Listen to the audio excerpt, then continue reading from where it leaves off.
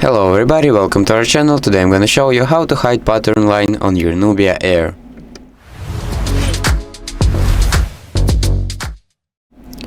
So if you recently secured your phone with a pattern lock and you want to hide the pattern line to make it even more secure, I'll show you how to do it.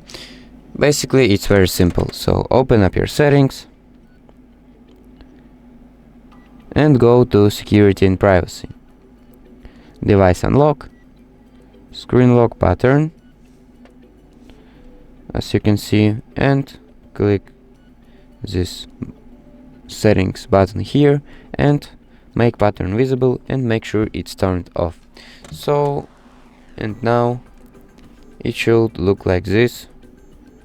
When you enter it, you can see the pattern line. So that's it. That's how you hide pattern line on your NUBIA Air. So thank you for watching and subscribe for more.